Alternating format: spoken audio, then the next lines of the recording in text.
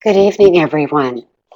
My name is Beth Schaffner, and I'd like to welcome you this evening to our webinar. We are very pleased that you've joined us, and the webinar is sponsored by Peak Parent Center. Peak is Colorado's Parent Training and Information Center. We also are funded by the Rehabilitation Services Administration for our Shift Transition Project. And this is the second webinar this evening in a series of 4. We are going to be giving you more information later about the rest of the webinars in the series. But we want to welcome you now and tell you just very briefly about Shift.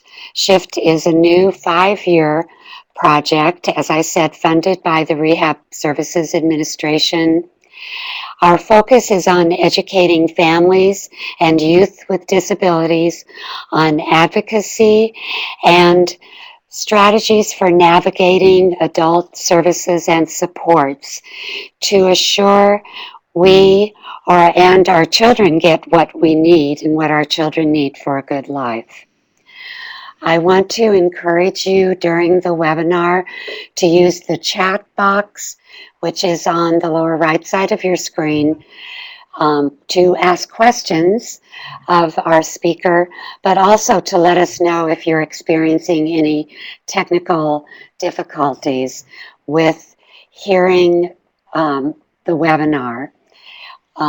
We will respond in the box, and we have designated some time, about 10 minutes at the end of the webinar, for our speaker, Pat, to address questions.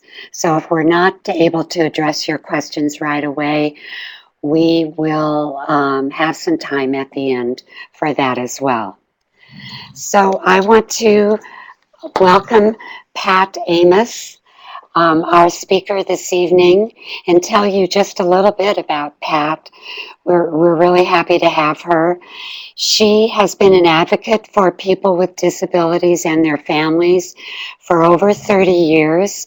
She is the parent of 4 adults, 3 who experience disabilities, and she has been involved in a founding role in many organizations, both in Pennsylvania, and she has been involved at the national level as well.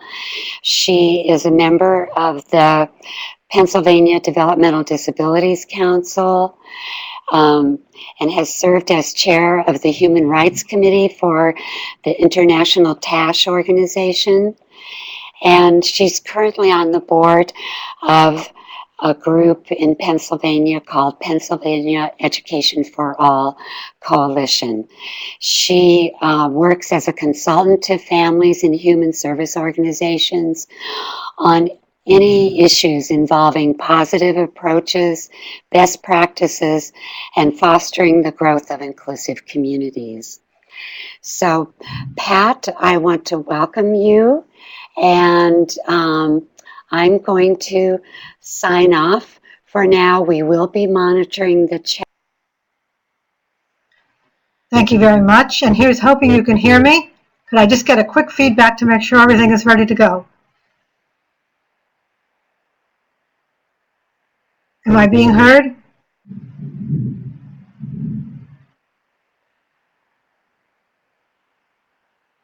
Pat, we are getting lots of responses in the chat.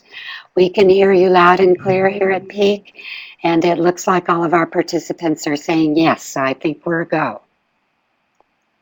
Beautiful. Thank you so much. I was a little worried. We have a storm going overhead right now, a big electrical storm here in Philadelphia. So hopefully we'll get through this well and there won't be any blackouts or sudden problems, but I'm glad you can hear me. Hello to everyone out in Colorado. I once lived there in Greeley many years ago, and I miss the state. It's quite wonderful, and I'm thinking of all of you parents tonight. I want to talk to you about stepping off the beaten path, because as our kids leave the school system and start out into the adult world, We have a lot to think about as parents, and my own sons and daughter and the young people with whom I work have shown me that in fact we as parents tend to hyper-focus and often hyperventilate sometimes on getting the services in place. But that's like putting the cart before the horse, because our job, one, is to get the life in place. And that's what we'll be talking about tonight. Many years ago, when I was a newbie on our State Developmental Disabilities Council, I was sitting around with a bunch of other parents, and we were talking about things the council ought to do for us. And we decided that parents had a really rough time when it came to transitioning, and the council needed to help parents. We were making a little list of things the council should do to help us. They should figure out what services there are and how parents should find out about them, and we should be trained in what our kids are eligible for. We should have supporters at planning meetings. And we were going on and on and on about this. And sitting off to the side was a council member who actually has a developmental disability. He had been on the council for many years. He worked in state government. He has cerebral palsy. And he listened quietly, and finally he just got up and said, how come I get, can you guess what's coming next? How come I get a transition plan and everyone else gets a life? And it was one of those moments, I think, when the scales just fall from your eyes, and we suddenly realize that maybe it wasn't all about us or all about the difficulties of getting that service plan in place. Maybe there was something else going on, something more essential that we've been overlooking. So Bill's casual statement that day made us all stop and think, what did he mean? And how does this issue look to people with disabilities, to our own sons and our daughters? And we realized that a plan is not necessarily a vision or a dream. It can be very utilitarian. Even the name is kind of dull. And people with disabilities are not even necessarily involved in making their own transition plans. In many places, they sort of nominally sign off on it, but they don't feel welcomed into the process. They don't feel they have control. And there may be a lot of negativity and fear, as if transitioning for a person with a disability is something to be dreaded, while for everyone else, it's a time to celebrate, party, graduation. So ultimately, we did a little changing of our own point of view, and on the DD Council, what we finally funded were some projects around entrepreneurship, helping people with even the most severe disabilities start their own businesses, be their own bosses. It was an exciting time for us. We also came up with fellowships for emerging leaders with disabilities, people who were hitting a glass ceiling in their profession, but if they could just get through that glass ceiling, they could change the culture. They could show people what people with disabilities could do. And those were the kinds of things that we ultimately did, which really started a lot of us thinking broader in the years since about these big questions of what are transitions really for? What are services for? And what are natural supports for? Too often we parents are encouraged to see transition as merely a change in services, not as the start of a momentous change in our son's or daughter's role and status in the community and in the family. We see it as, or I should say we concentrate on it as, a transition to adult services, not a transition to adult life. One system, education, runs out. Others, jobs, supports for daily living, residential services begin. But is that all there is? All too often the implicit and unstated goals of special ed and various therapies have been to prepare our sons and daughters, and by extension us, their parents, to be good clients of the system, good compliant clients. And to that end, many of them have been in programs that are remedial, emphasized fixing their deficits, which are generally the things a person does not like to concentrate on. And in school, their strengths, and especially the things they both do well and love doing, have sometimes been underdeveloped and underexplored. And this should be what transitions are really for. They should really be about the big dream, the big goal, the big picture. If we put services ahead of the big dream, we'll wind up with services. And sadly, quite a few adult services are segregated and lifeless. The community may see them as places of safety or as something to do all day, but they're also a dead end. And I have never, ever heard anyone say, my goal in life is to qualify for services. But when we know the goal, we can come back from there and ask, what do you need to realize your dream? Then we can look at what anyone needs to make their dream come true. And I guarantee a lot of it will be available already. You just want people with disabilities to be included. You will find natural supports for which you don't have to fill out 100 forms and get on a waiting list. And if gaps are left over and no natural supports are there to fill them, then it's definitely time for services. But they will be tamed and they'll be put in their place. They'll bend to your own sons or daughters' dreams, and they won't demand that your sons or daughters' dreams bend to the services. Making sense so far, I hope?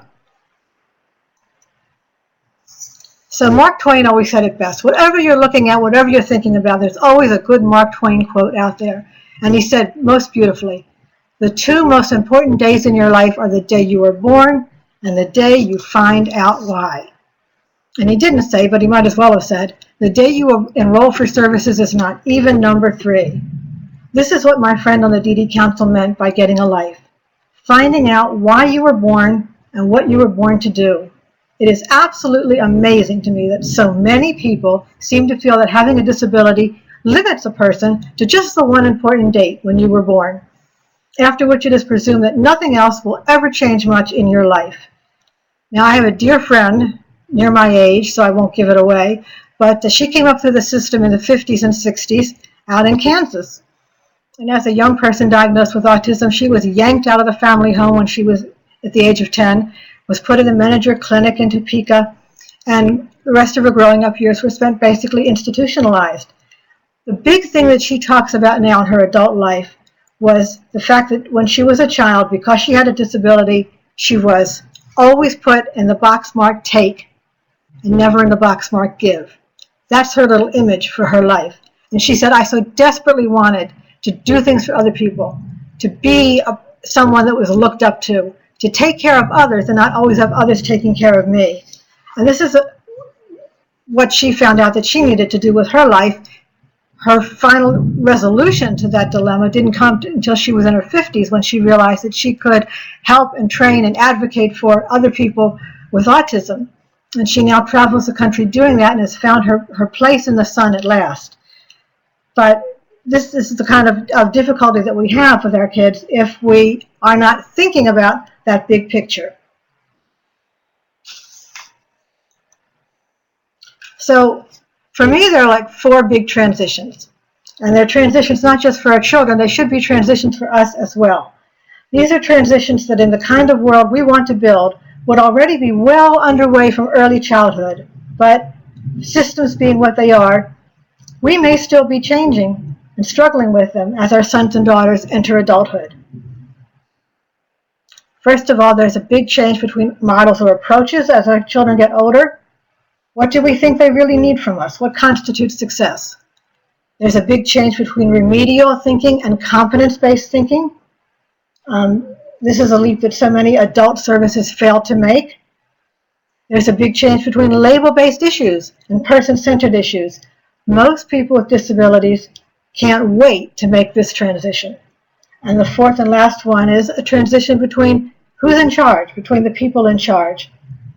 How do we think about where the buck stops and who needs to have control over a person's life?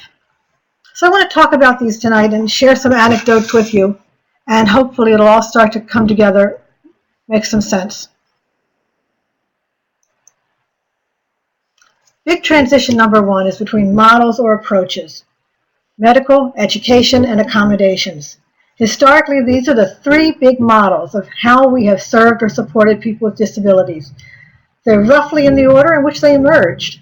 Disability in modern times was considered a medical problem before it ever became an issue on which we would want the education system to focus.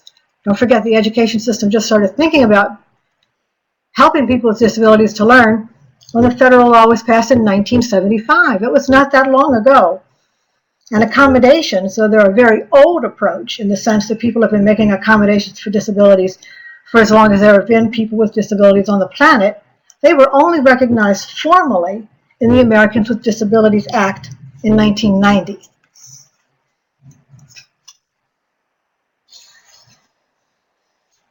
The medical or readiness model tells us that disability is unnatural. I think a lot of us have heard the slogan and love the slogan, disability is natural, But in fact, the medical model tells us the opposite.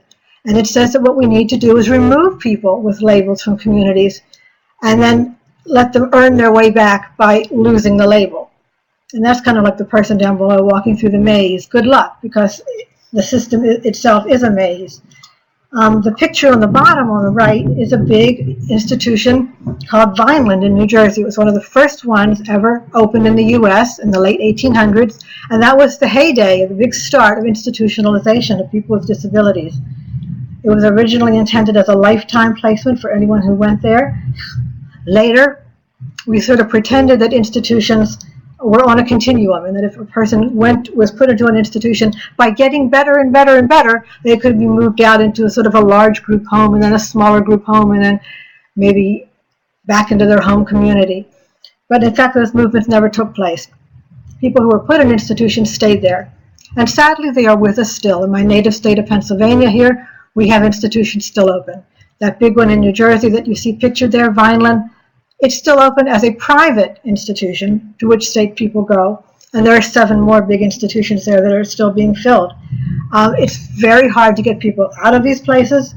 I recently helped a gentleman. It took 5 years to get him out of one of these institutions in New Jersey. He had been for 22 years placed in what they called temporary emergency placement, lasting 22 years. So this was the system in which everything originally was built. This is where our service systems began. And it's really important to keep that in mind. They were based on the principle of a continuum of services. Now, who knows the children's game of Chutes and Ladders? Anybody? Chutes and Ladders? Give me a hand up. Okay. The so-called continuum of services is like children's game of Chutes and Ladders, but instead of getting support that we need to live and to learn, instead of getting a full commitment with 0 reject, we built a system in which any impediment, any piece of bad luck, any setback can send you all the way back, like going down the chute. The continuum of services is found in all of our systems serving people with disabilities today. It's found in education, when we start out telling people with disabilities that they need to be in a segregated setting, isolated from other students, possibly out of their school district. At the very worst end of that spectrum, people are institutionalized in residential schools, and then we sort of pretend that by incrementally getting better, they'll get closer and closer, they'll be less and less segregated, and we'll slowly move them back to their home school. But I've never seen it happen that way. I've never seen it work, unless a parent kind of puts down their foot and says, my child is not going to that segregated center anymore. My child is going to their neighborhood school with siblings and neighborhood friends. We've seen the continuum of services in jobs, where we have the triage that often takes place at the end of the school years for children with disabilities. And teachers will tell you, this one is a sheltered day program type person. That means they're going to go to a program where they'll do some arts and crafts and basically be taken care of during the day. The next step on the continuum would be the workshop, the sheltered workshop. And these people would get maybe 30 cents an hour or some minimal amount of money for doing little jobs during the day. And then supposedly if you got even better, you would move down the continuum to real integrated employment with a real wage. I can tell you the research is in, we've been doing this for decades, no one moves down that ladder. People go down the chute, people don't go across that continuum and become better and better employed. They stay at that low end wherever they enter the continuum of services. In wages as well. Of course, you don't get paid for going to a sheltered day program. You get a sub-minimum wage in a sheltered workshop. And people don't, once they get placed there, they don't move on. They stay. In housing, too, institutional housing was always at the low end of the spectrum, and people were expected to begin there and then slowly earn their way back into the community. Didn't work. This was the medical model. Congregate care, like a hospital, grouped in wards. Isolation to stop the spread of disease, again like a hospital. Quiet, controlled, restful conditions. But is disability a disease? Does this look like anyone's dream for their adult life? And why are we treating disability as if it were a disease? I think the real clincher here, how to tell you are in the medical model, is that they even refer to the place a person lives as a bed. And this comes straight out of the hospital model that the continuum of services is built on. This should be a real good clue. We don't go house hunting and say to the real estate agent, I've come to your agency because I'm in the market for a bed. So these are kind of the symptoms of the medical model. It's deficit-based, it's remedial, skills are not readily transferable, people get stuck in a holding pattern of getting ready to get ready. As parents, you will often hear that there's a lot of remedial work to be done to get your son or daughter ready, and that putting them in a workshop will get them ready for a job, although decades of stats tell us this is not so. People stay where they first landed. Some organizations, like vocational rehabilitation with good intentions, start people down the road of remediating deficits until it becomes an end in itself. It does not lead to a job. My own son's story was that he signed up for OVR services when he was done with school, and we really believed that this was going to help him move into a job setting. Now, the Voc Rehab system subcontracts with agencies, and an agency that he was sent to put him into what they called a jobs club. And pretty soon he was meeting on a weekly basis with a group of people who were also unemployed like him. And they would sit around with a counselor and be encouraged to talk about what it was like, what it might be like to have a job, and how much they wanted to have a job, and what they would act like if they had a job, and what would be different in their life when they had a job. And they brushed up their resumes and they practiced interview skills, but never once did he go out into the community to see what he was interested in, what was open, and to actually do some tryouts, shadowing people who were working, seeing what goes on, finding out where the jobs were. Nothing had occurred.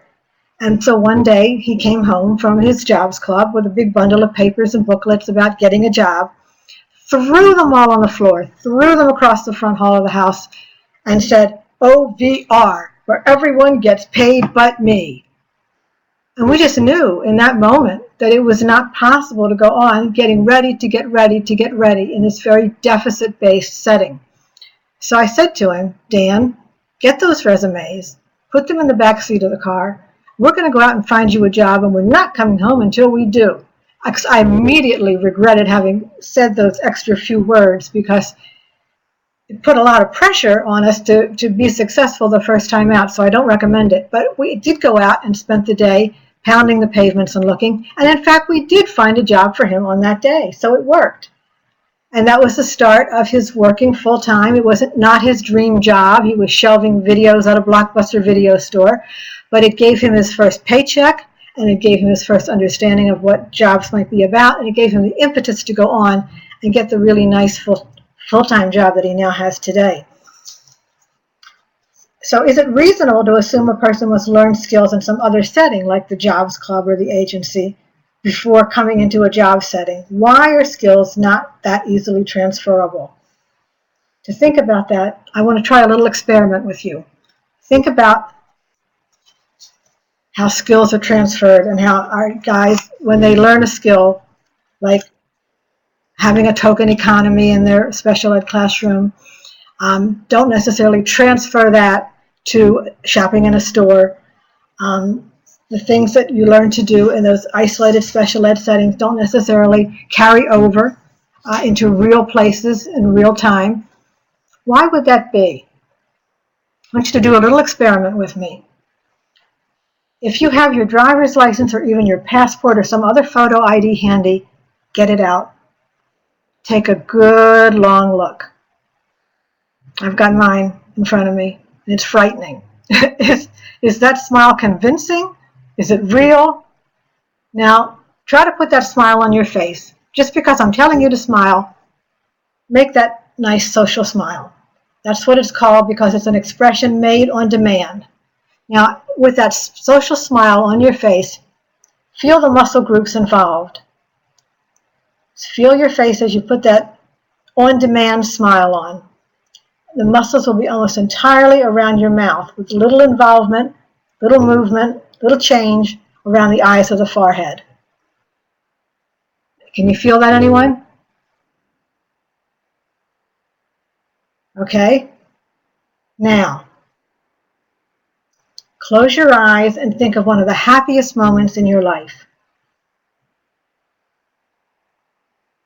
truly blissful time, something that you would like to return to.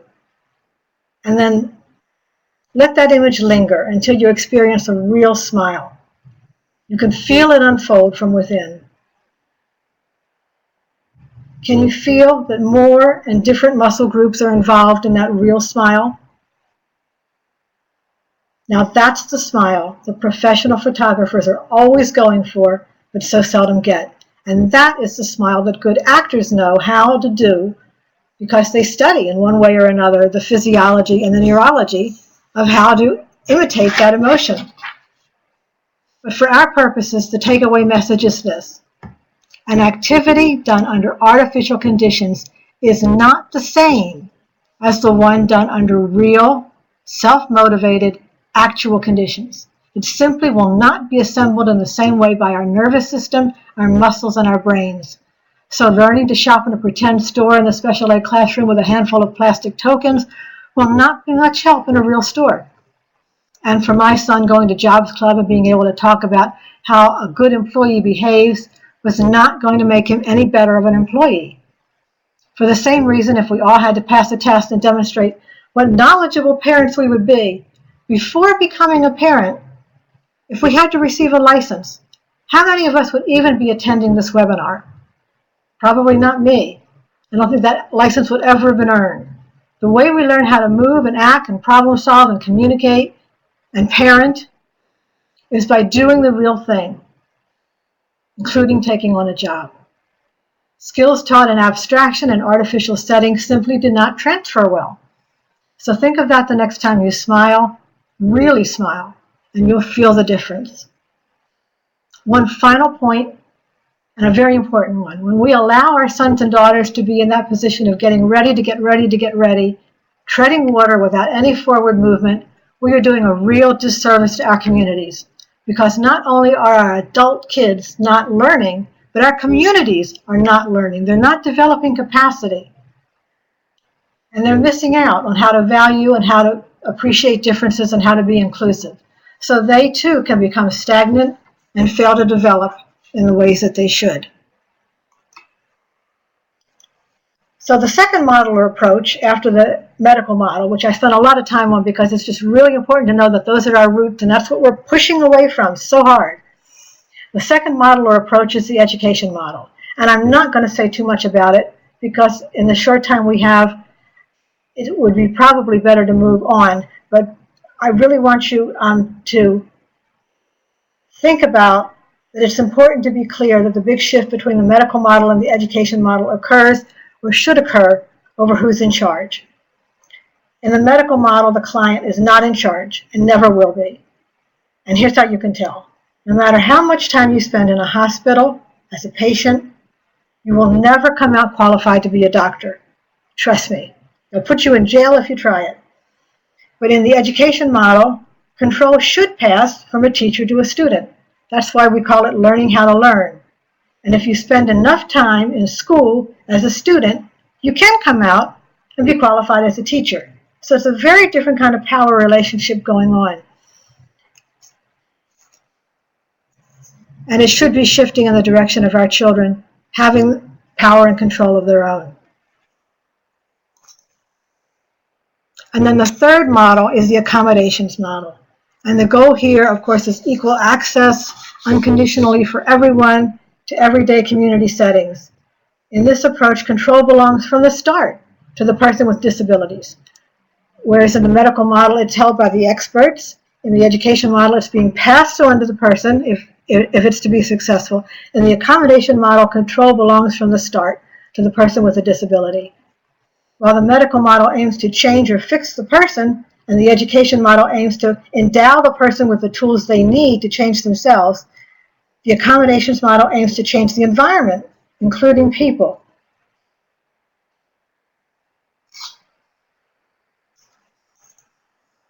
So accommodations change the environment to fit the person instead of changing the person to fit the environment. This is a radically different approach. They're devised or approved by the person themselves. They're personalized. They're unconditional. And there's no readiness. You're not waiting and getting ready to get ready to get ready because everyone is ready for accommodations from the time they're born. Some examples of accommodations, and I bet you didn't know there were all these different kinds. Environmental accommodations have become very popular in the schools. A lot of people understand now that bright lights or loud noises can be disruptive of certain students. But there's also policy level accommodations, such as creating affording housing options. Again, that's changing the environment so people with disabilities can move more freely in it and can more easily participate. There are also interactional accommodations. And these are accommodations like slowing down, allowing time for a response, addressing the person age appropriately, assuming that they're competent instead of treating them as if we assume that they're unintelligent and don't know what they're doing. Those are changes in the ways that we interact, and they're very low tech. It's not that hard to change the way you interact. Then there are self-regulatory accommodations, and those are things, tools, that we can help the person with a disability to have access to, like communication if they need a communication board, if they need a picture system, if they need a computer terminal, if they just need someone with them who understands their behaviors and what their behaviors communicate. All of those things help them to self-regulate. Breaks, exercise, sensory items, whatever it takes for the person to be more free and able to move about and be included in the world is an accommodation, and they're not so hard to make or to do. So just a little summary, a little perspective. All people need medical treatments. All people need education. All people need accommodations. But that doesn't mean we have to be put necessarily into a special setting for medical needs. Most medical needs can be met in inclusive schools and communities. What really goes haywire for our folks, especially around transition time, is that disability and difference itself gets viewed as a medical issue that needs a fix. And so we get them in this holding pattern of getting ready to get ready to get ready, and they never make it to the goal. Making sense so far? Any thoughts or comments? Okay, I'm going to move right along then. Transition to adulthood is really a question of which model do we think we're in? What are we betting on as being the best model to serve our adult sons and daughters? And what will be the basis of their daily life? Do we want it to be a medical model setting? Is it time for them to be largely done with education, although you can always have continuing education? Is it time for us to move wholeheartedly into an accommodation model? And the transition to adulthood is very much a transition between these three. And this is just to remind you that the sooner in a person's life we start accommodating their differences, creating that combination of environment in which they function best, the less of an issue transitioning will become, and the more likely it is that the person will get not a series of meetings to plan services, but a desirable, enviable life. So that was transition number one. Transition number two is between remedial and competence-based thinking. The transition between models or approaches was the first one, but the second is a transition between how we think about people with disabilities and how we talk about them, because that's going to become extremely important as they move out into the adult world. This can be tough because we're coming out of systems such as special ed and SSI funding that encourage us to look at all the things a person cannot do. And we are coming into service systems such as vocational rehabilitation and the various adult waiver systems that are set up to respond to deficits. If you want to get admitted to those services, you have to show that your son or daughter has a lot of significant deficits or things they can't do. Yet, once that service opens the door to employment or to a home in the community, those who succeed in going through that door will be those who can let go of deficit thinking and can see their son or daughter as competent, capable, and intelligent. That's what an employer needs to see. That's what your son and daughter's future new neighbors will need to see. And of course, that's what your son and daughter needs to see, because attitudes and self-image are so important. So we need formal services. We're dealing with systems that require us to show deficits and needs, and then immediately require us to turn around and show competence and success. It's really no wonder that parents get twitchy My personal advice is that the most important thing you, as a parent, can do at this stage is to surround your son or daughter with their most ardent and positive supporters, people that can lift up their voices and make sure that the needs that qualify them for a service are responded to by accommodations. That's what the service should be about, and are not used to justify a long-term plan for getting ready to get ready for a placement at those far reaches of the continuum of services from which they will have to work their way back. While there have been a lot of changes on paper in the service delivery systems in recent years, their default setting is still the medical model, a lifetime of remediation, of getting ready, of getting a transition but not getting a life. And we as parents have to arrest that backwards movement each and every time we see it, or the systems will continue to flow backwards and they'll take our sons and daughters with it. So to do that, we need to reflect on what competence-based thinking is all about. So, what is it? We're going to do a little exercise in competence-based thinking, which is all about breaking down the barriers between us and them. A lot of these are language barriers or attitude barriers that creep in over the years. And for this, I want to thank the advocate, Mayor Shevin, for creating this original list. Sadly, he passed away last September, a wonderful man for his entire life. We miss him greatly. He came up with teaching tools like this one, which are eye-opening. So what we've got here is a little list of things that can be said about us and about them. They being people with disabilities. We often say they fixate on objects, they display attention-seeking behavior, they display off-task behavior, they are non-compliant. But when we talk about ourselves, we often use some very different terminology. So let's look at the first statement. If they fixate on objects, what would we say about ourselves in a very positive way? Because, we're the people with power in society. We're privileged. Anybody? We like things. They fixate on objects. It's the same statement. It's talking about the same objective reality, but we put it in positive terms when it's about us, and we tend to put it in negative terms when it's about a person with a disability. Who wants to try the second one?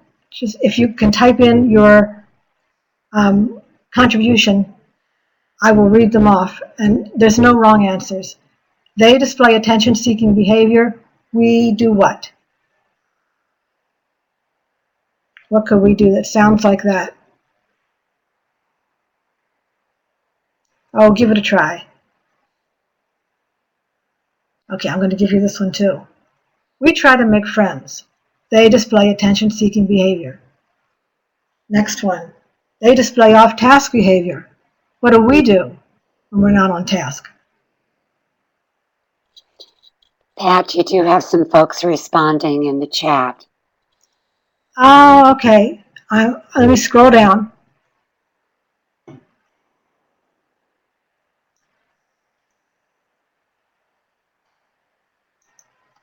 Oh, good. Thank you. Thank you. Oh, here they come. Yay! Thanks, guys. I'm sorry. I had that set in a different place and I wasn't seeing them. We need a break. Yeah, we get distracted. We daydream. Oh, beautiful. We like to multitask. We needed a break. Beautiful. Perfect. Mayor Shevin is up there somewhere smiling down on us. He would love these. Beautiful. Let's see what he actually said. And all of your answers are 100% correct. We take breaks. They display off-task behavior. I think a few of you actually won the grand prize because you actually use those words. We get distracted, we daydream, we like to multitask. We are more interested in other things. Absolutely. So let's try one more. They are non-compliant.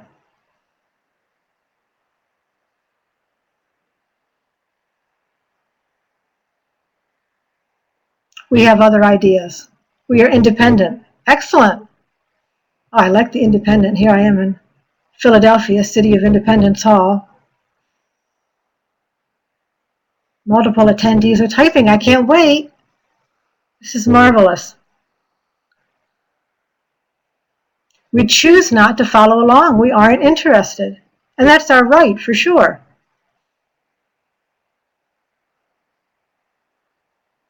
We didn't or don't understand what's expected. Absolutely. Oh, you guys are good. So let's see what Mayer himself had to say. We stand up for ourselves. They are non-compliant.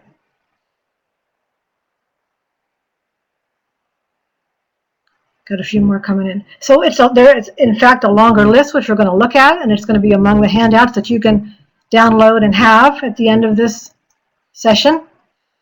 But here we go. The columns kind of went off when it got translated between my computer and the computer out in Colorado, but that's okay. We can still read it. So we've already done the first 4. Let's read the rest. We have hobbies. They self-stim. We choose our friends wisely. They display poor peer socialization. We persevere. They perseverate. We like people. They have dependencies on people. We go for a walk. They run away. We insist. They tantrum. We change our minds. They are disoriented and have short attention spans. We have talents. They have splinter skills. We are human. They are. Anyone want to finish that last statement? Mayer never finished it. He just left that one there for us to think about.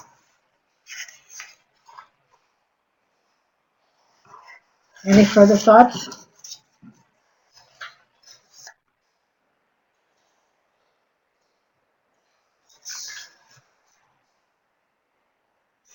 This is the language behind the big transition in thinking. That transition must happen, and the sooner the better. We want to wind up with adults who are included, accommodated, and have outrun the medical model and left it in the dust. This is the way we need to start thinking and talking about them and presenting them in their communities. So it's an actual revolution.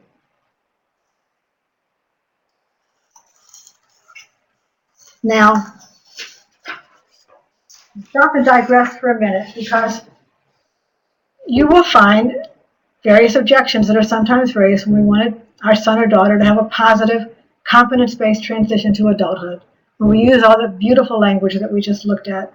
Somewhere in their files, probably in the present level section of the IEP, there are these little numbers that presume to translate whatever type of intelligence testing they may have been given into something called mental age.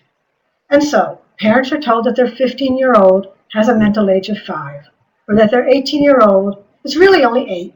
And so, planning for them as a young adult is inappropriate, and all those wonderful positive terms are inappropriate as well.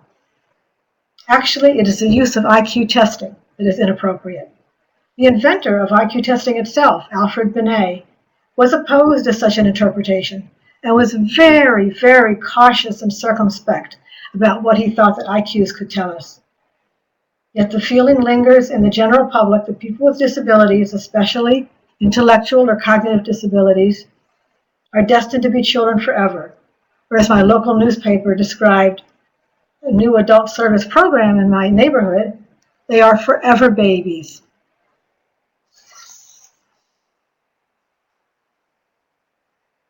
This is the truth.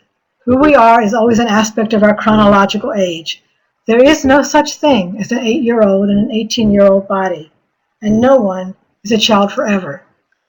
And to be knocked off course by this question of mental age and IQ, which rears its head in planning meetings for adults all the time, is a highly inappropriate use of intelligence testing, and it leads to highly inappropriate IEPs and service delivery plans. It leads to the triage as children leave school when we say, this child, because of their mental age, needs to go to the sheltered day program. This child, because they have a slightly higher mental age, needs to go to the workshop. This child with a higher mental age, we can try with competitive supported employment. No, it doesn't work that way. This is all a misuse of the science and a misunderstanding of the science.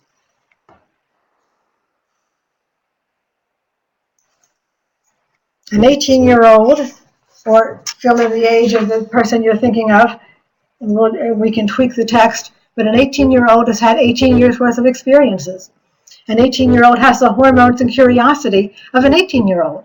has a growing need for independence and assertion of identity, has the anxieties and the insecurities of any young person transitioning to adulthood, needs self-determination and respect in making future plans, needs to relate to and be accepted by same-age peers. By seeing our sons and daughters in the same way that we see others of their chronological age, we help them to accomplish the transition from remedial to competence-based thinking. Our third transition is between label-based issues and person-centered issues.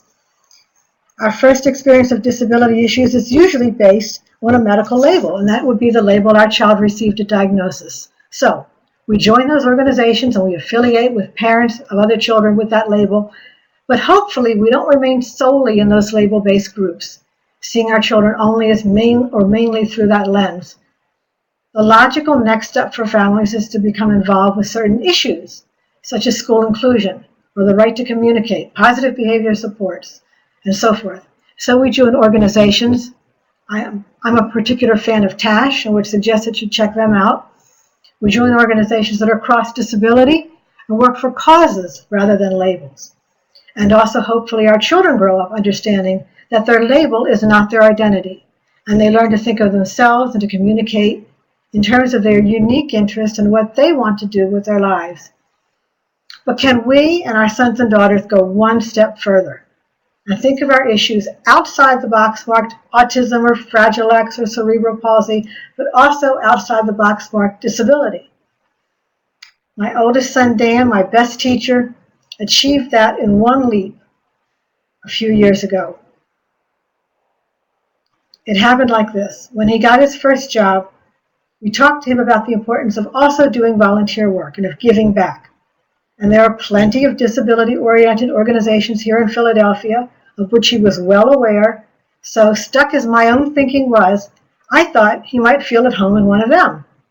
But no, he went out and joined a Quaker organization called Books Through Bars, which educates prisoners so that they will be employable when they come back to the communities and not turn back to crime after their release. And he did that because he believes in ending institutionalization. He also went out and joined the IWW, the Industrial Workers of the World, also called the Wobblies. And you might remember from your history books that it's an old union that started fighting the government for workers' rights in the early 1900s. And although he's not an industrial worker, he's now a card-carrying member because he believes that everyone should be able to get a decent wage and earn a living. And you can see that at one level, these translate into disability issues, but he took them to another level, where they translate into universal human rights issues. He peeled off all the labels, and he accesses volunteer work through natural support supplied by the other members, who are delighted to have an extra pair of hands. These are the kinds of choices we want people with disabilities to be aware of and supported to make while they are still students, and increasingly as they transition into adulthood. So I've used my worst ever greeting card picture here to make a point about systems thinking, how appealing it can be, and the degree to which all that appeal to being special, exceptional, precious, and so forth can come back to bite us as we are trying to support our sons or daughters' education and transition to adulthood. First of all, it is not surprising that many parents and advocates emphasize that people with disabilities are special. This can be a very well-meaning tactic to combat the attitude that they are less than others or second-class citizens. But an emphasis on being special can backfire because it can also strongly imply an acceptance of separation, of living in a different world with different expectations because, after all, this person is special. It can be the sugar coating on segregated adult treatment. I'll never forget the day my son was looking online for a picture of the small apartment house in Philadelphia where a friend of his with autism was considering moving. We looked together and we finally found it, and it had a beautifully crafted new sign on the front of the apartment building declaring it the autism residence. My son was devastated. He was so upset he got up and left the room fast. as he does when he's disappointed and trying to cope and get his emotions under control. The provider and the parents who put this residence together had worked very hard, and they were very proud. But the sign out front, along with the congregate nature of that facility, meant that the residents would never be fully integrated into the neighborhood, which would either reject them and ignore them or tolerate them in a self-consciously charitable way. They had fallen into the trap of being special again.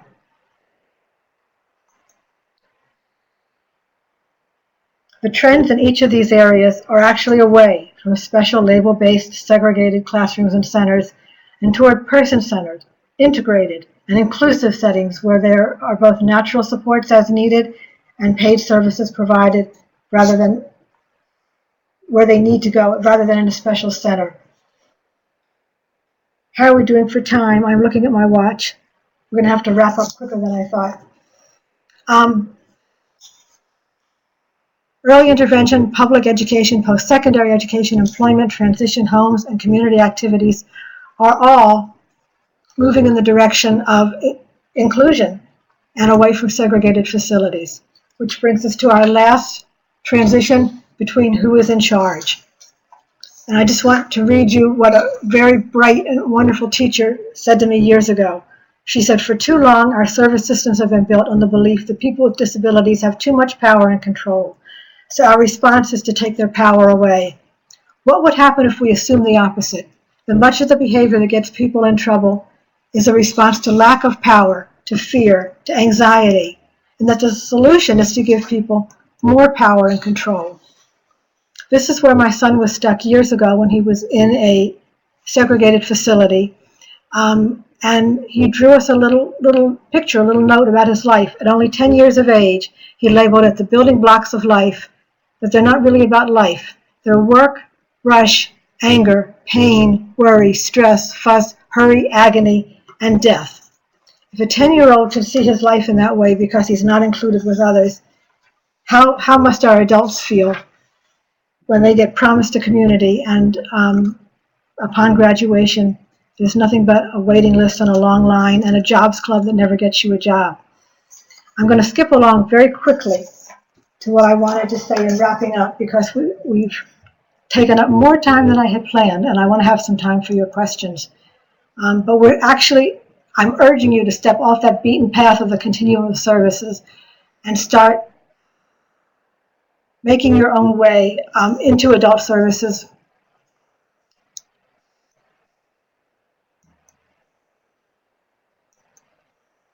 Click along here. Understanding that we need to support our children's right to communicate as they leave school. All behavior is communicative. Everyone has something to say. But if our child is still considered a non-communicator at the point when they leave school, we're going to have serious problems for the rest of their lives. And if we worry about guardianship, again, you can read the slides later, but if we're starting to take control of their life away from them at that crucial point in their life, it's going to be very, very hard for them ever to regain control again. I'm asking you basically as parents to step off the beaten path and think about what your son or daughter really wants to do and really loves. There's a term in landscape architecture called desire lines, and they refer to those paths that we make when we get off the sidewalk and cut across the grass and make a new path that gets us where we want to go faster and with a better view. Desire lines in architecture reflect a yearning to go our own way, to forge through the brush of life, to make a new path, to ignore the concrete in lieu of the feel of our own foot on real earth, to see the results of our own movement through space. What we're doing basically is getting off the beaten path and taking people where they want to go in a simpler, faster, quicker way, by not relying wholly on systems, by not turning our children over to systems as they grow up. And just a little bit of advice from a parent. When the going gets rough, think about how to give rather than take away control. Recognize and honor the need for big, irrational dreams that take us off the path. Acknowledge that going off the beaten path is messy. Remember that messy can still be more effective and efficient than neat.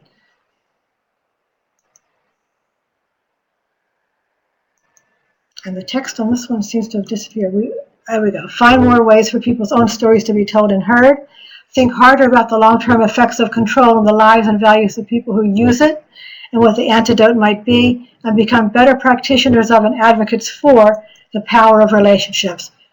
As Ralph Waldo Emerson put it, and he was never a person to follow others, do not go where the path may lead. Go instead where there is no path and leave a trail.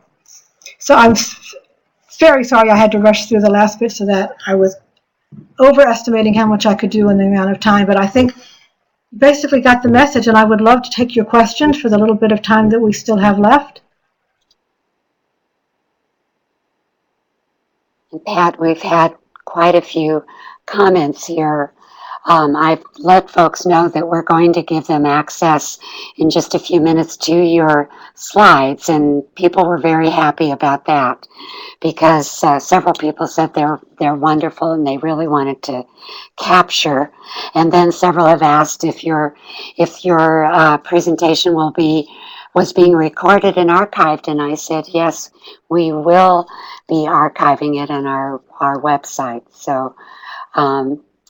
And here's a question: may we contact you, Beth or Pat, for permission to use some of your quotes, Pat?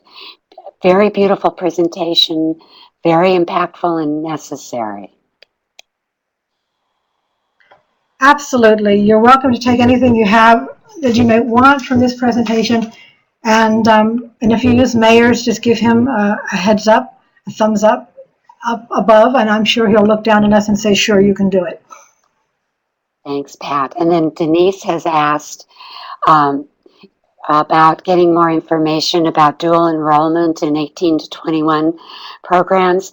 And Denise, I'm going to show the connections in just a minute, but as part of our services, we have Transition Advisor on staff, and I would suggest the best way for you to get that specific information quickly would be to contact our advisor here at Peak, and I'm going to give you those connections in just a few minutes here for you to do that, to get that specific information.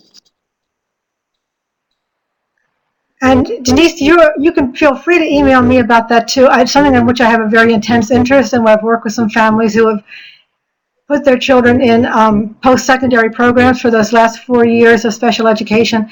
They've been wildly successful, and the young person has come out so job ready and so enthusiastic about learning. In some cases, picked up several years of reading skills in a single year by being in a special dual enrollment college and school district program for those last 4 years. I wish we had had time to get into that, but what a great idea. That's great, Pat.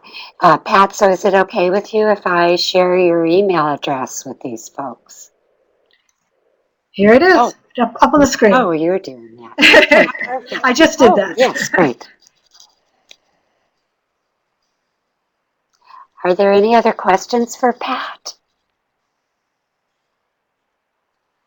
One thing I just wanted to comment on, and I guess it's a question also, Pat, your comment that the default setting for services is still the medical model, and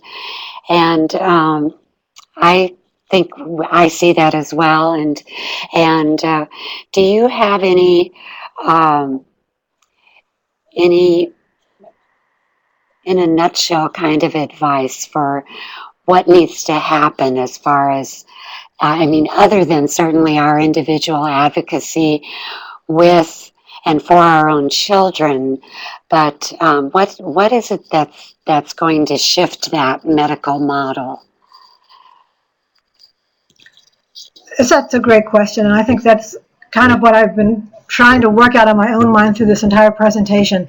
I think we really have to push like we've never pushed before. We have a golden opportunity now because all of the systems involved in our children's lives are all moving together towards a model of inclusion and towards a model of accommodations.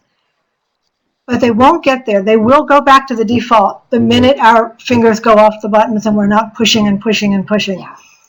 So I think the positivity that we have to put forward about our children and the things that they can do about their rights, their human rights, their civil rights, have to be emphasized and can't be emphasized enough. We need to go into the planning for transition with their big dream, their big goal in mind.